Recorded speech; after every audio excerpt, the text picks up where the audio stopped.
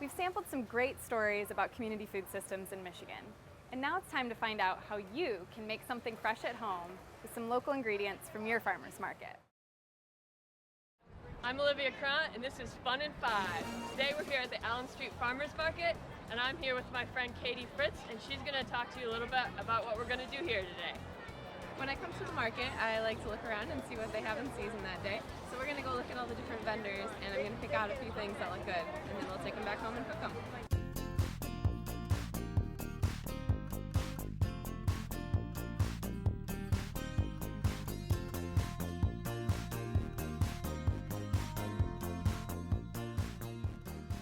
I was looking for asparagus today, but we just missed it. It sold out.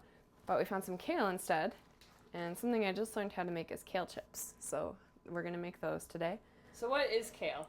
Kale is a dark green, and it's really good for you. It has a lot of antioxidants and vitamins and minerals.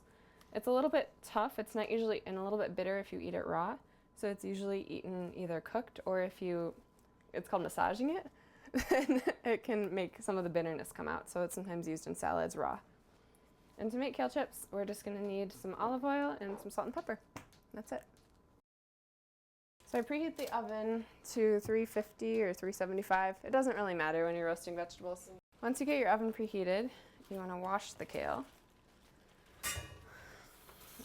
So you can do that by putting it in a bowl of salt water. It's a good way to wash vegetables, but I'm a little bit lazy, so I'm just going to rinse it in the sink. Just making sure we get dirt or bugs off of it. So I'm gonna shake that off, put it on some towels.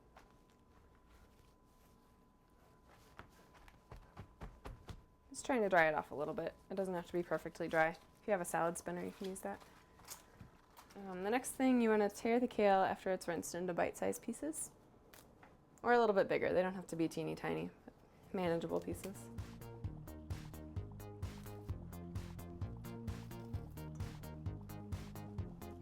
And you want to take the stems off because the stems are really tough and hard to eat.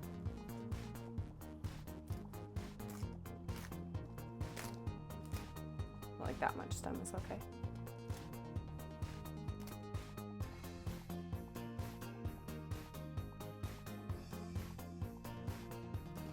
So now we've got a bowl full of manageably sized kale, and I'm going to take some olive oil and drizzle some in there. You want to be pretty generous with the olive oil so that the kale doesn't burn, and it also gives it good flavor. And then I'm just mixing it all up. I'm trying to coat as much of the surface of the leaves as I can.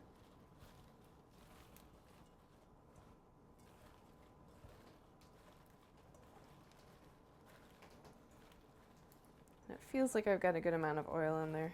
If I didn't, then I would add more. So now I have a bunch of oily kale leaves. I've lined a tray with parchment paper. It's really helpful to line a tray with foil or parchment paper when you're roasting vegetables, because otherwise your tray, you can never get it clean again. This makes it much easier to clean up. I'm going to spread it out as close to single layer as I can. Okay, that's probably good. I don't want to do it much thicker than that. And the next step is to put salt on them. This is what makes them extra delicious. You could probably add pepper as well, but I'm going to go minimal this time and just do salt.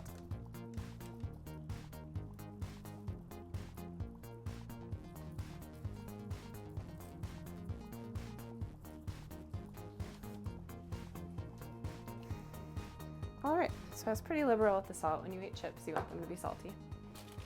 And I'm going to put it in the oven.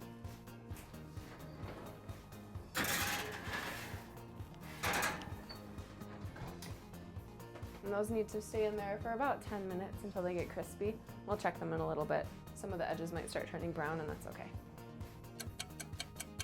I think the kale chips are done. I don't want to burn them. See how they look pretty dry and crispy in most places? I'll prod them with a spatula and see. Yeah. That feels right. They're making the right kind of sound.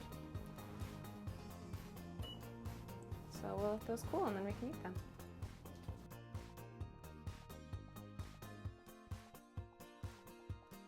All right, there you go. I'm Olivia, And I'm Katie. and this has been Fun in 5, 4, 3, 2, 1.